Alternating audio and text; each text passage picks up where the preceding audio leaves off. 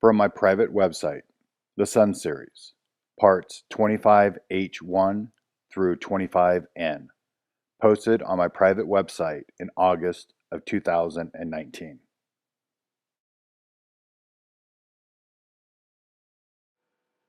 Part 25H1, the model on the flat Earth. All right, hey everyone. All right, so I'm going to uh, discuss the model in this video. And by the tab that you guys went into, you're going to understand that I am choosing to go and finish off the Sun series. And here is my logic and reasoning behind that. I went back and I watched a majority of the videos. I watched the Moon series again. I watched the Sun series again and some other ones. Uh, but the Sun series has stuff for both type of members. The members that want to survive and the members that just want to learn more about the model. And I'm pretty close to finishing off that. I don't know how many more parts, but it's pretty close to being done. So I'm gonna finish off that series, and that will appease everyone. And then when I'm done with that one, I'm going to go on to expansion. Again, the reason why I'm going to do the expansion next is one, because Kimberly is going to be starting up the Master and Controller series on her site, and knowing the model even better on the expansion side of it will help you understand what she's going to be discussing in the Masters and Controllers series. And it has a lot of stuff that will help you with survival when you understand the expansion, and it gets even deeper into the model. Um, and then the last thing I'm going to finish off when I get done with those two series is I'm going to finish off the Moon series. And the Moon series is the one that is the least important right now. And I know a lot of people are going to be bummed about that, but it really is the least important. And after watching the Moon series and watching the Safe Zone series, I went into in depth on the model, and that should have explained. So it was kind of the continuation of the Moon series, because when you understand the model, you understand how our dome and plane works and how theirs works. So yeah, I'll finish off the Moon series to answer some major questions that I've already answered in the Epiphany section and everything else, just to tidy it up and put a bow on it so everybody's really happy. Um, but that's why I'm going to focus in on this video on the model, because I don't think people quite understand what the importance of the model is. And after talking to Kimberly the other day, she was telling me that she didn't, when we first started this, she didn't even know what a model was. So hence, what I'm going to do here is I'm going to explain what a model is and why having the model, you all should be able to fit the puzzle pieces together, because the model is what allows you to do that. So when you have the correct model and you understand how all of the parts work, then you can plug in, so if you have a question about the stars, if you have a question about the moon or anything else, volcanoes or something else, you can plug it into that model and you should be able to get the same result if you understand the model. And that's why, I spent a lot of time discussing it in the Safe Zone series, and I thought it was pretty explanatory, but I'll go into it again here just to make sure that everybody kind of gets the concept of it, because that's the key. The key is not to keep on asking questions about the model. The key is understanding the model, and then you can answer your own questions. Hence the reason why I've been pushing thinking so much. So that just doesn't go with the model, that goes with survival. If you understand the model, then you'll understand the challenges that you're going to face, and you don't need to memorize the order of how everything goes down during the EMPCOE. If you understand the model, you'll know the order and you'll know all the things and how they can only happen that way because of the model and the way things work. So that's what this is about. And I'm going to try to do my best to explain it so you guys completely understand the importance of the model, right? When you guys came into this site, it was to get the model. The model was never released on YouTube. And that is what you're trying to get all of your answers or your questions answered from that model. So you don't need me to explain how everything works. You can plug in the questions and you'll get the correct answer. The truth can't be told. It has to be realized. And I want to thank Isha from Nepal that put this in an email or a comment. I believe the comment may have been on in Kimberly's site. And Kimberly had heard this quote before. It's probably, it sounds very Buddhist. It's probably a Buddhist teaching. I had never heard it before, but when Isha had put this in there, I was like, yes, that's correct. I can't tell you the truth. You have to realize the truth. I can show you the model, but you have to understand and realize how the model works. And when you get that, then you're on the path to understanding everything because you will be able to answer the questions for yourself because you have realized the truth. So, what is a model? The definition is a three-dimensional representation of a person or thing or of a proposed structure, typically on a smaller scale than the original. So what is the 100% correct working model of everything? Well, it's this. It's a dome within a dome. LePont's work, when you understand where the things are, how the things relate to each other, and why they're important and how they cause the things that we see in our natural world. It goes beyond LePont's work because one of the things that you have to understand in the model is electromagnetism, plasma physics, and optics. Optics is a key, especially to the moon and everything that we see in our nighttime sky, and including our daytime sky, because that's optics with a focal point.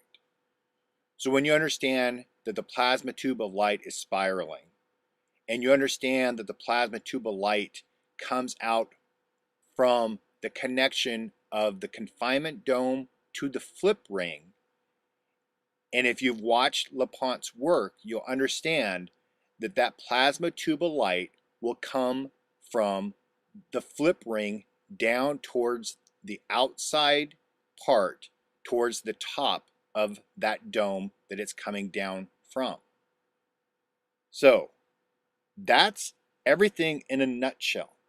You'll understand where the light comes from, what's generating the light, where the photons are, where the domes are, and that is everything that you need to know to answer your questions as far as how does everything work that you see. Now, some people may interpret the model different than myself, and that is completely fine. Where I believe the moon is in the model as I see it, somebody may see it differently, and they may think it's a different thing. Case in point, I have a member down here in San Diego who sent me a very wonderful email about a month ago, and he said that he had an epiphany where he believed that the dome that we see in the sky that we call the moon is actually our dome. And if that works for him, that's great, because he may be correct. I believe it's different. All right. My interpretation of the model and how it works is different than his. However, it doesn't mean that I didn't see or think the same thing as him years ago when I was looking at this. I looked at it as it was our dome and it was an optical reflection that we were seeing inside of our dome. Now, I moved past that because I realized everything didn't fit and work properly with that. But it's the fact that he was sitting there and thinking about how it works. And it's a process to get to that realization of how it all works. Understand the model, and you can answer your own questions. That's all I got for this one. The next video in the 25 series will be put up on Friday. Tomorrow we have a member that has drove cross country from New York State that we are going to be meeting with, and we want to give him as much time as we possibly can. So I will do the next video on Friday. All right, thanks guys. Next video, part 25I, particulate problem on the flat Earth.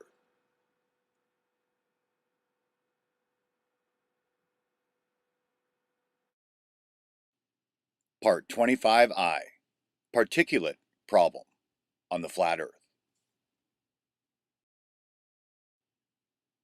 Since the last EMPCOE, red sky to blue sky, clouds have not formed naturally. The natural sky should have always looked like this, a clear blue sky. Natural clouds only form from the plasma arcing during the pre-EMPCOE and post phases of the Earth cycle.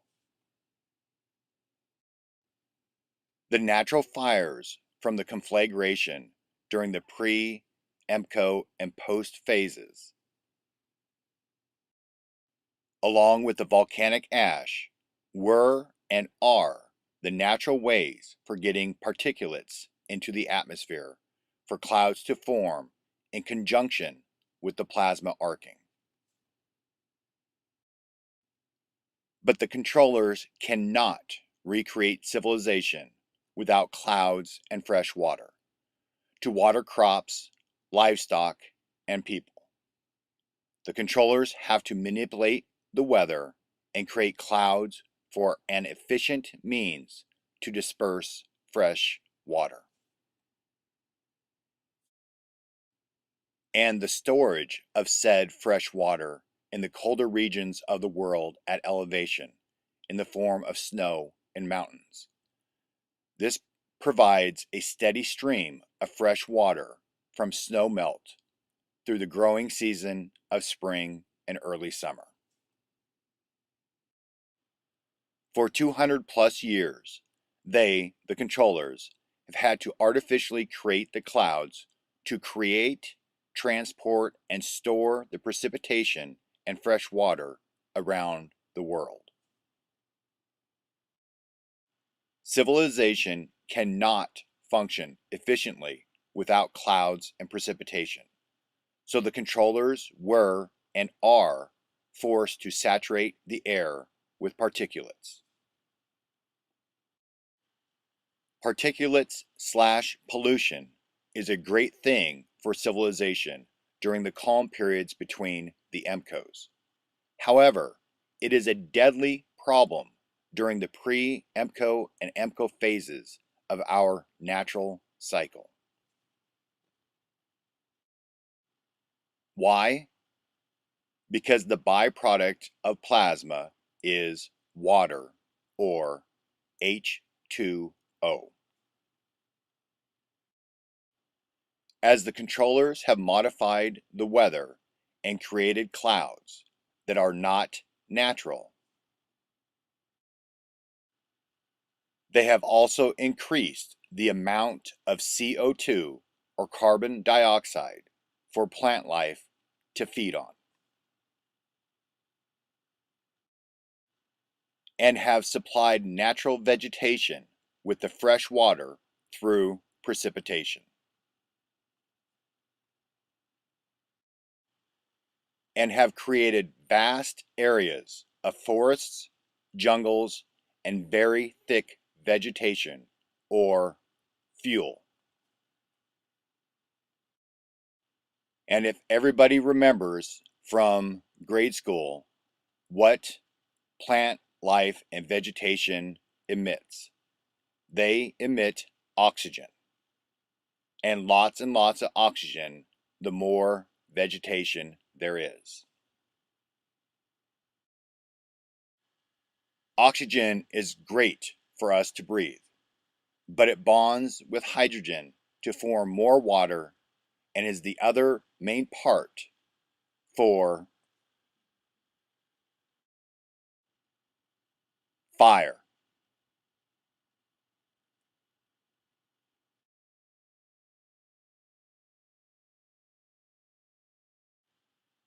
More particulates / pollution equals increases in carbon dioxide or CO2 in the atmosphere and clouds for precipitation.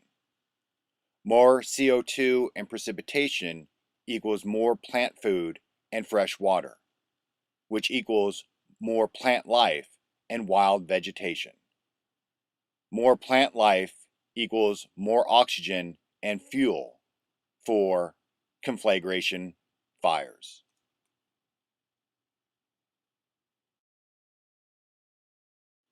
Next video, part 25J, oxygen equals fire and water on the flat earth.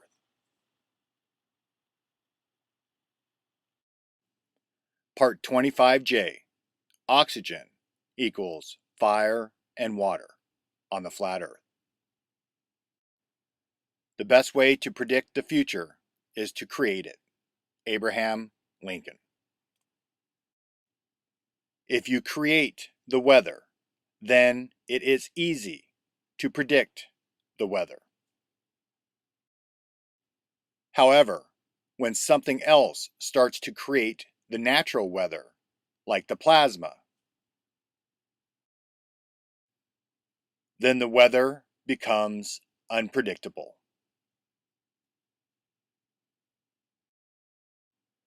For decades now, the controllers have made the evil culprit out to be CO2, carbon dioxide, calling it a greenhouse gas and causing climate change. CO2, or carbon dioxide, is not a greenhouse gas, and it is not causing climate change. The controllers can't ever tell the truth, but they do indirectly tell you what is going on.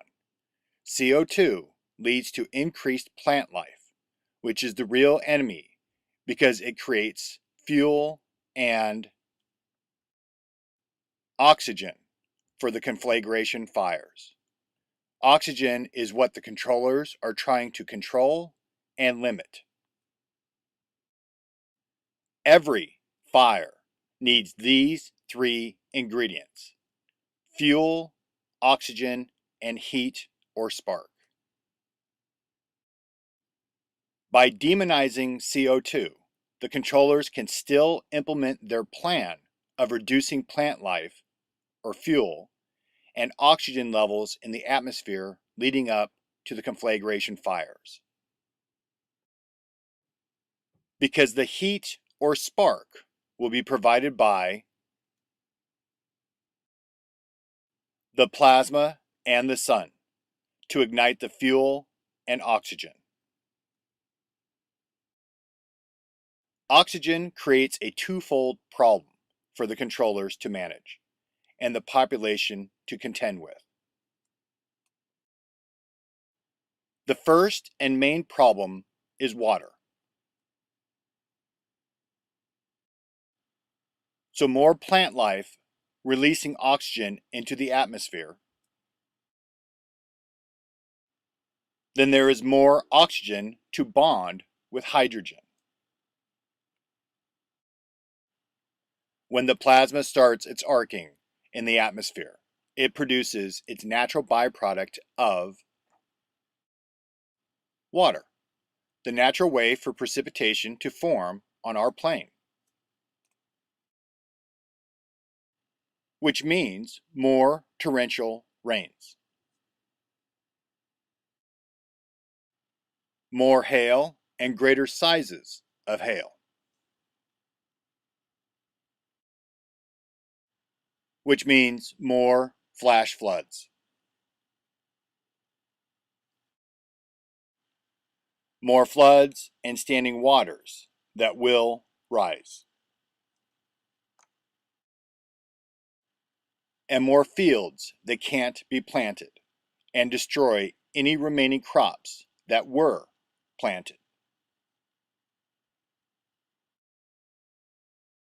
Remember, just because our genetically modified crops can't deal with those conditions and amount of water does not mean other natural vegetation can't. There are all kinds of natural seeds everywhere and plenty of hardy weeds and aquatic plants that will thrive. The second problem with too much oxygen is on the conflagration fire side. More vegetation or plant life means more fuel for the conflagration fires, along with the hotter focal point. Will quickly dry out the plant life and make it highly combustible.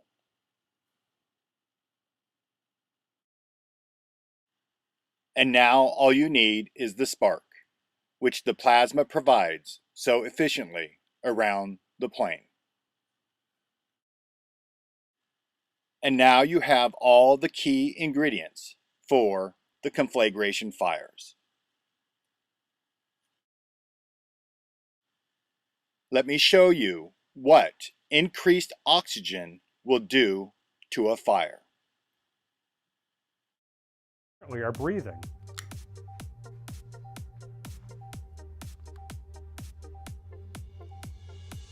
Now let's see what happens to the cigarette and how it burns when we introduce medical grade oxygen.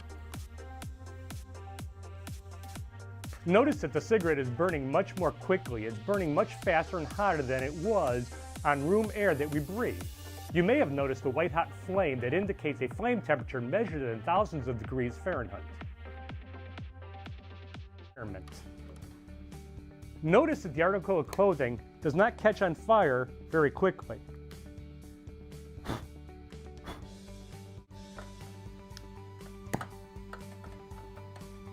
Please notice how much more rapidly the patient's skin as well as clothing would catch on fire with oxygen used while smoking with oxygen in place.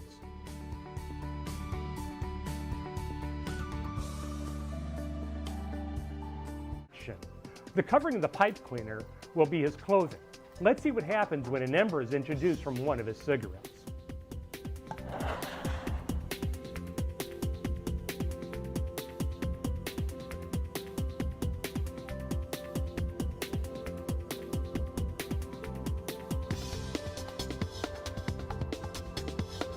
The fire was very impressive. However, the fire you just saw was far hotter than a normal oxygen fire. Oxygen-enriched fires burn between 1,500 and 3,000 degrees Fahrenheit, or even more depending on the materials involved. This much heat will cause serious injuries. Did you catch that note? Oxygen fires burn at 1,500 to 3,000 degrees Fahrenheit.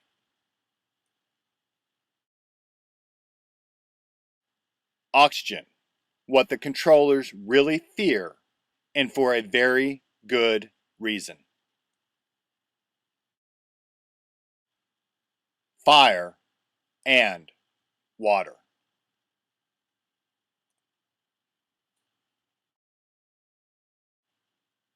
Next video, part 25K, electromagnetism and fire on the flat Earth.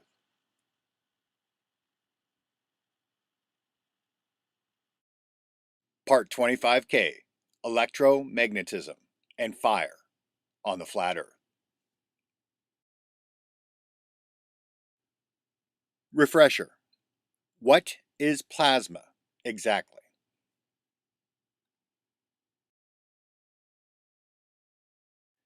It is just electricity that charges the gases around it.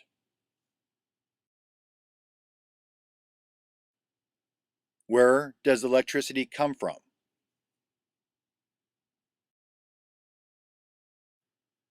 From the living body you live in, or Bob.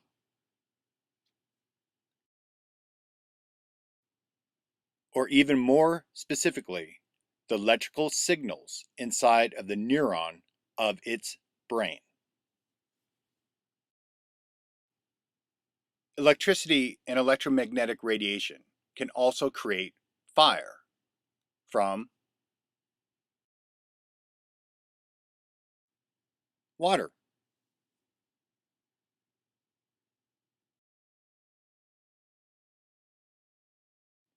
How do you make fire out of water?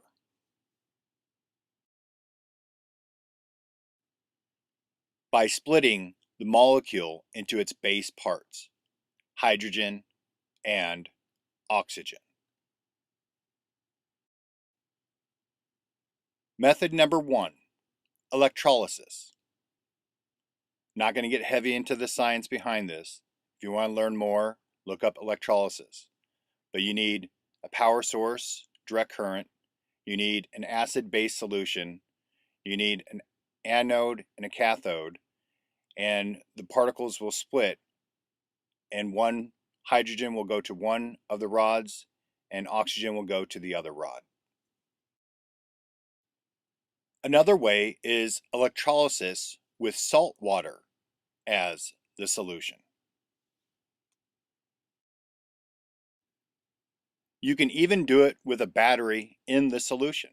Bubbles forming are hydrogen and oxygen on the battery connectors. So that's how we get water to split into hydrogen and oxygen. A portable device that makes fire from water has been developed within a European research project. It doesn't use flammable gases, it produces its own fuel as needed.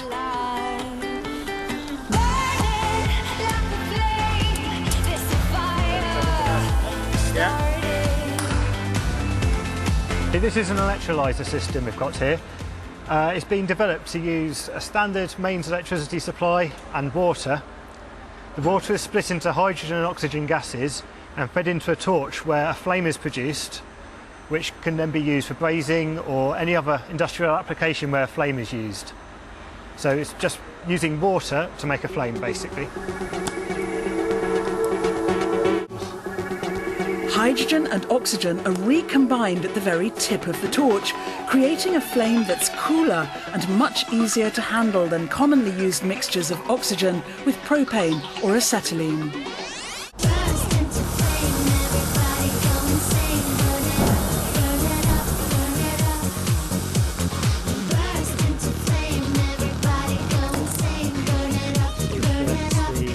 Now you can see that the melting is taking. Hydrogen-based flame is more gentle and cleaner too, because it only produces water when it burns. So what else does electricity and electromagnetism do? It emits radiation. Not going to get heavy on the science, but it goes from gamma rays, X-rays, ultraviolet, visible light that we see, infrared, microwaves, and radio waves. On the right-hand side are the radio waves.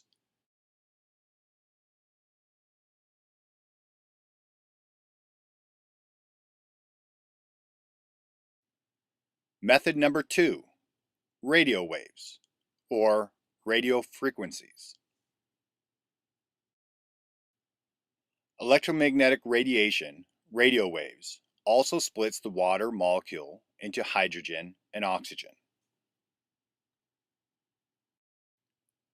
Look at what this inventor did with electromagnetic radiation, radio waves, salt water, and a spark. You have enough in there? His machine could actually burn salt water. John Kansas discovered that his radio frequency generator could release the oxygen and hydrogen from salt water and create an incredibly intense flame. Just like that. If that was inside a car cylinder, you could see the amount of fire that would be in the cylinder. I can put my hand in here. Put your hand into the beam, nothing happens. Put in a fluorescent bulb and it lights up immediately. Top engineers have checked out John's amazing invention and they were amazed. And we saw it go up to 1,500 degrees centigrade, the temperature. And it's incredible. This simple Stirling engine is running with the heat generated by the flames coming off that test tube. The fuel, nothing more than salt water. This is the most abundant element in the world, water. And salt water is everywhere. And to see it burn actually gives me chills. So imagine the possibilities. Salt water as the ultimate clean fuel.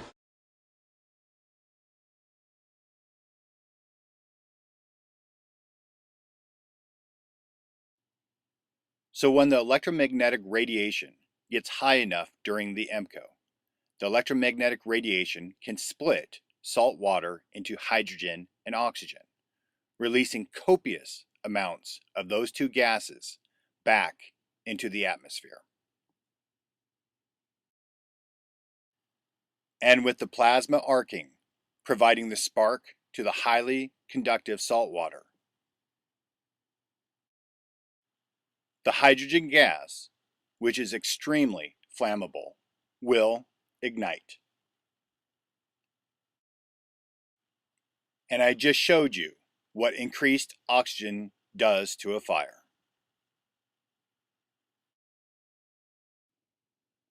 Saltwater bodies will ignite and burn at the surface during the EMPCOE.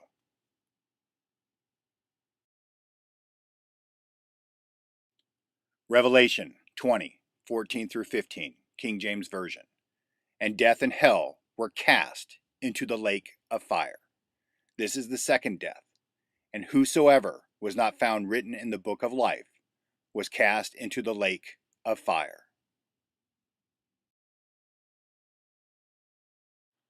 Just another reason to stay away from the coastlines of the oceans, seas, and salt lakes of the world. Also, stay away from dried up salt flats, which are old dried up salt lakes, because those will refill with the rainwater and become saltwater lakes again. Salt deposits in the United States, salt domes, and rock salt formations.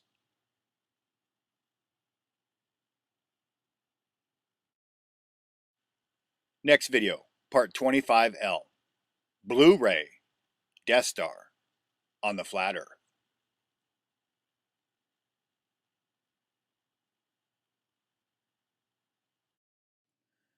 Part 25L, Blu-ray Death Star on the flat Earth. Conditioning, the process of training or accustoming a person or animal to behave in a certain way or to accept certain circumstances. Some so subtle you might not have even noticed, but your brain did. What's in a name? Everything.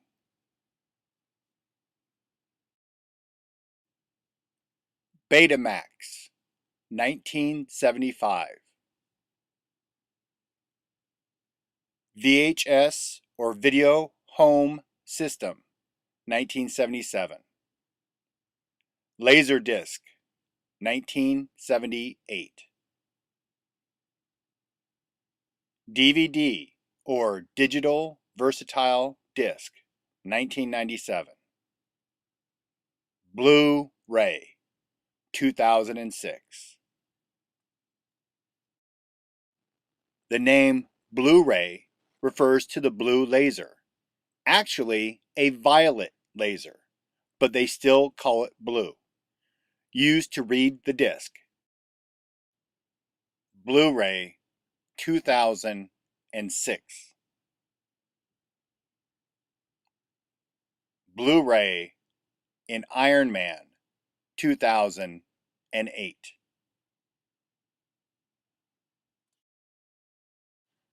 Blu-ray Transformers 3 2011.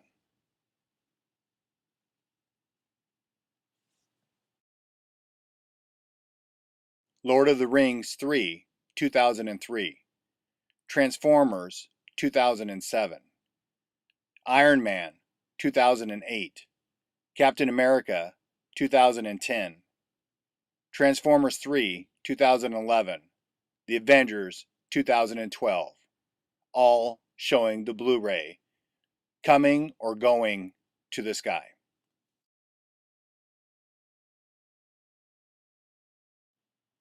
Endless, non-stop conditioning for the masses through all media. Some so subtle you might not have even noticed, but your brain did. Ray. Synonyms: beam, shaft, laser, spotlight. Godzilla, King of the Monsters, 2019. Blue beam.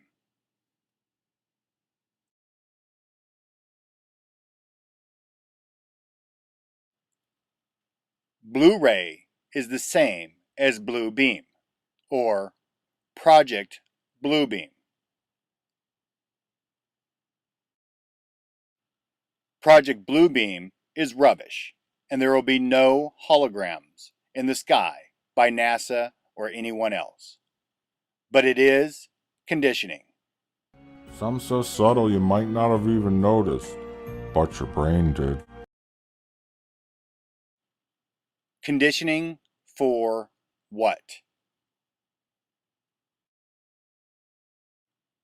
The real Bluebeam and Blu-ray that will be appearing soon.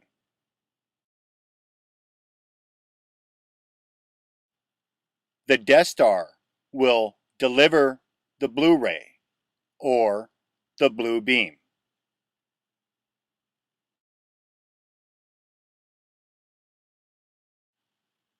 And ignite areas of our plane on fire.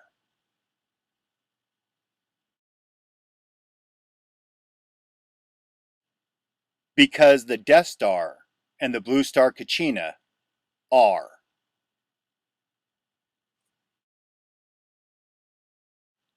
the focal point of light we call the sun.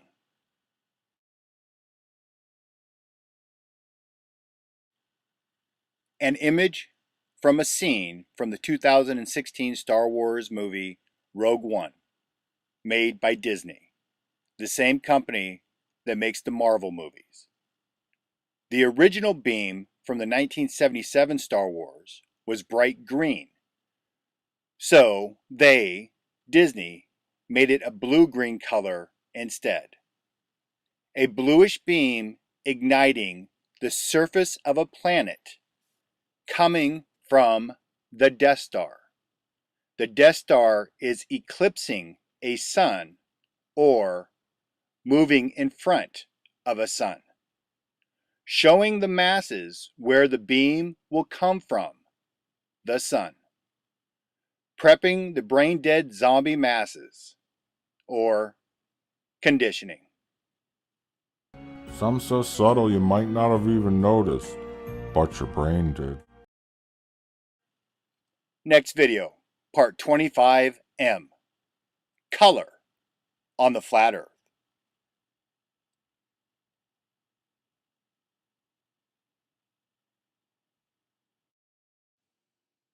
Part 25M, color on the flat earth.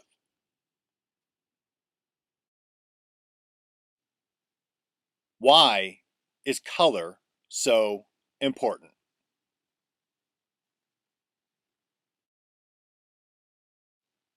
because color tells you the temperature of light or a flame.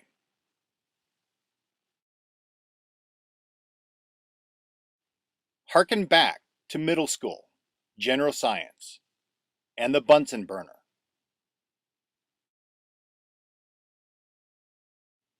The color of the flame tells you the intensity and temperature of said flame, yellow being the coolest and blue being the hottest. The plasma tube of light is tightening due to angular momentum and the increasing electromagnetism and magnetic fields.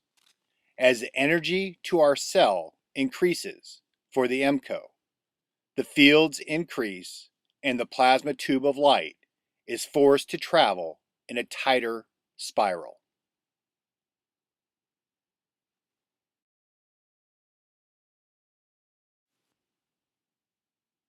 The plasma tube of light was wide and has got more narrow.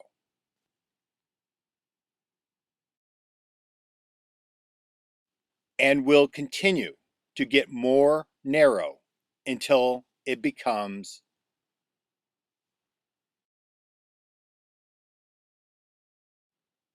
a single highly focused ray of light, or laser-like.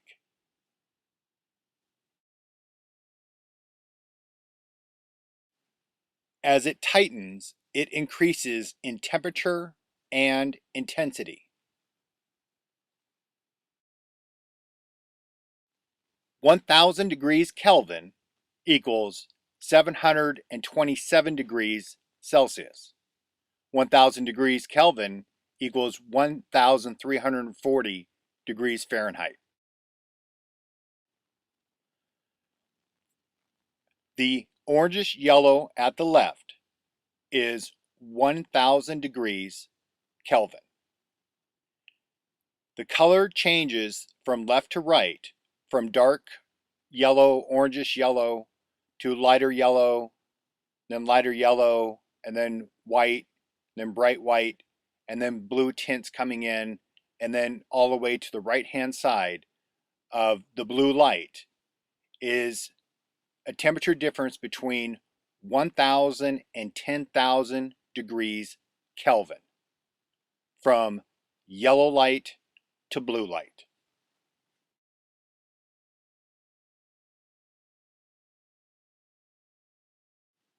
Tangent. That is why they have been very subtly changing the light bulbs you buy. Light bulbs of old were yellow light. Then they switched them to white light. And now they're moving to bluish tinted light. So the brain dead zombie masses get used to white light and then blue light, also known as conditioning. Some so subtle you might not have even noticed, but your brain did. The yellow sun. Diffuse, cooler. The color of the sun until the early 2000s. The white sun. Less diffuse and hotter. The sun of today.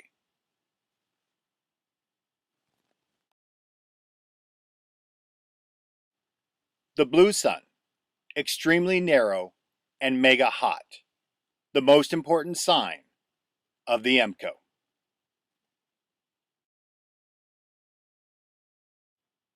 Here, let me show you what an extremely narrow beam of blue light, or laser, can do.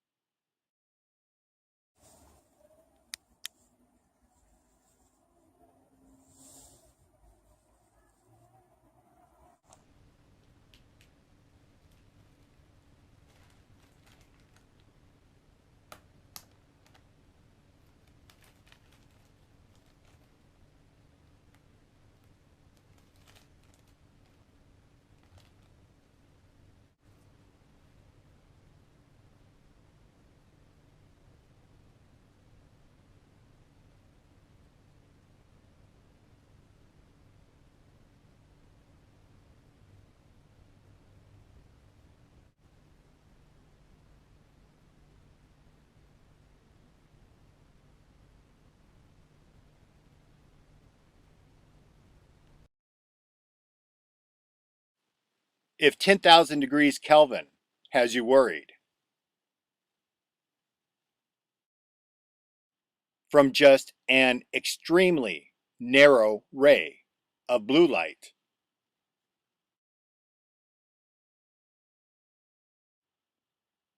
see what happens when you add a lens.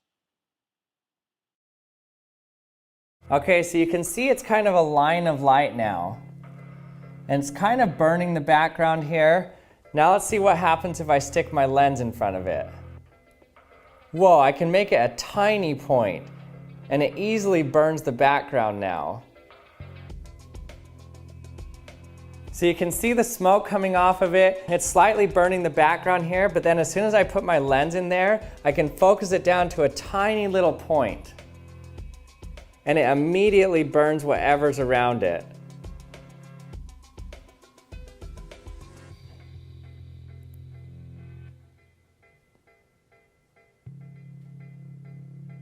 So you can see that it kind of starts to burn the wood here.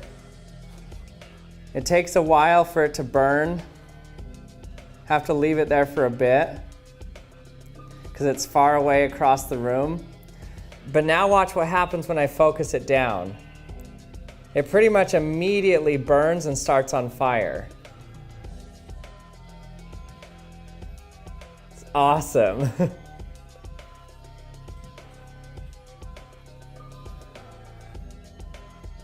It essentially just etches into the wood immediately. And you can see that this happens even more powerful than if I had the laser just right up next to it. You can see that I still have to leave it there for a bit to even start burning. So it seems as though I get my highest temperature when I put my laser really far away, essentially so that I get that little tiny laser slit to a single point because I place it far away. And so that all of the light coming from the laser is now focused into a very, very tiny point. And so all of the energy from the laser can be focused to a small point due to the magnifying glass. And so you can even get a higher temperature than if you just placed your laser directly on the thing you were trying to burn. Do you see the focal point converging from a lens in the Death Star now? Or conditioning? Some so subtle you might not have even noticed, but your brain did. Don't forget, we have two lenses above us, the ice dome and the waters above. The magnification of light and heat through optics.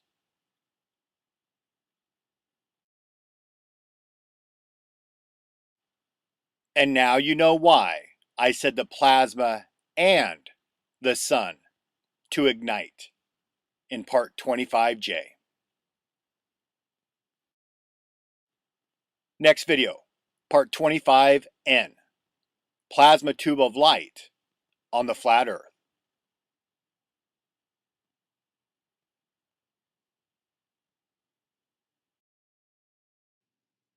Part 25N, the plasma tube of light on the flat Earth.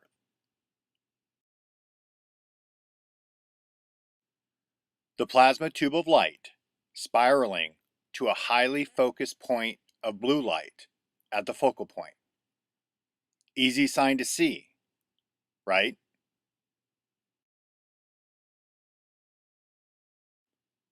Nope. The blue sky conceals the color change of the focal point due to the backdrop being the blue waters above, and the extreme brightness of the focal point makes it nearly impossible to look at the direction of the sun without heavily shaded lenses, which distorts the color you see.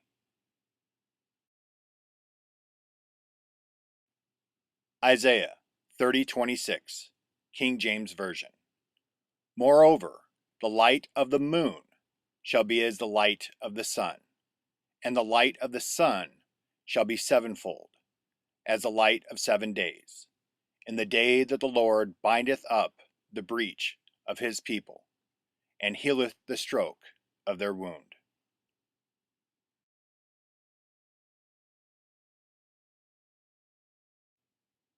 Since the early signs of the blue sun are nearly impossible to see, the only other way to know is by the position of the sun.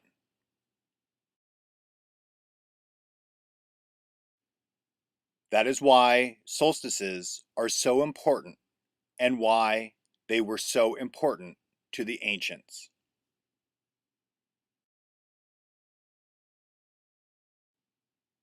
As long as the sun stays within its set parameters between summer and winter solstices, the EMPCOE cannot happen.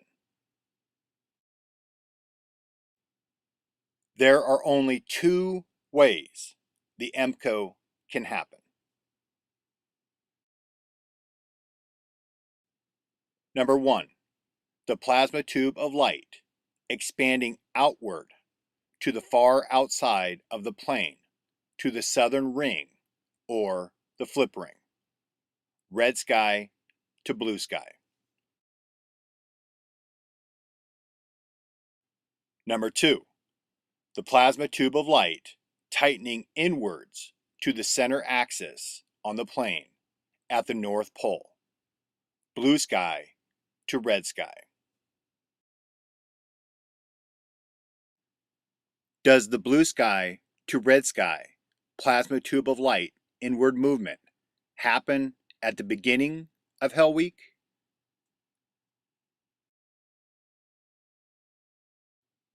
No, at the prior summer solstice, when the sun continues to head north at summer solstice. Then the real shortening of the days begins.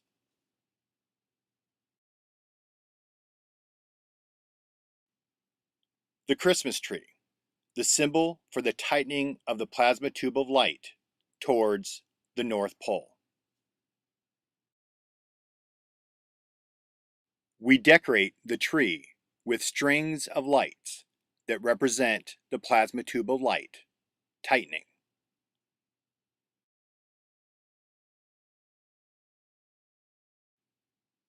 And spiraling into the center and becoming a star.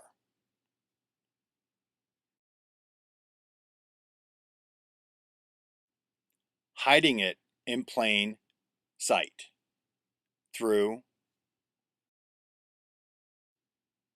symbolism.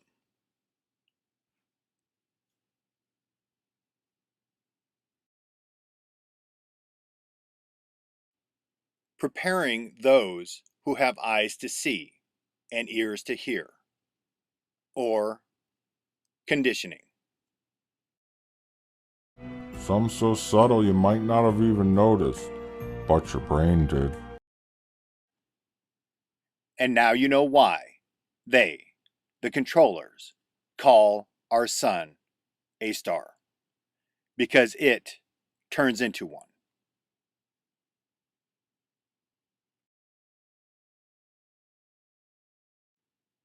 Thinking. Rebecca Young is thinking. This was a comment after my last video on Mia's site, about midway down on the paragraph. My guess is it is spiraling northward, but how fast? Does it eventually become the star on top of the planetary Christmas tree? Will it line up with the North Star Polaris before the event, like the sky creating the monolith from 2001 Space Odyssey? Will it reset a higher northern path for a season and then fall back south for the next season? Can this be measured?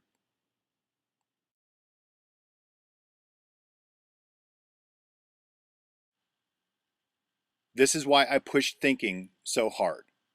I had to be very careful and measured with what I disclosed on YouTube, or I would have been shut down or worse. But with you thinking, you could get the correct answers without me telling you directly.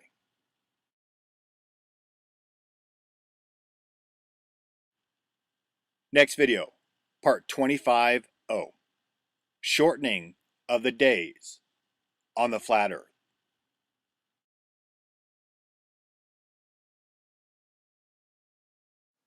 Next part will be made public soon. Membership to my private site is open for a limited time. See instructions on my homepage to become a member. Note, cost of membership will be increasing significantly soon. Donations welcome. Pay via PayPal to my email address. Make sure email is correct. brian.lambert33@gmail.com. All monies donated count toward the cost of membership.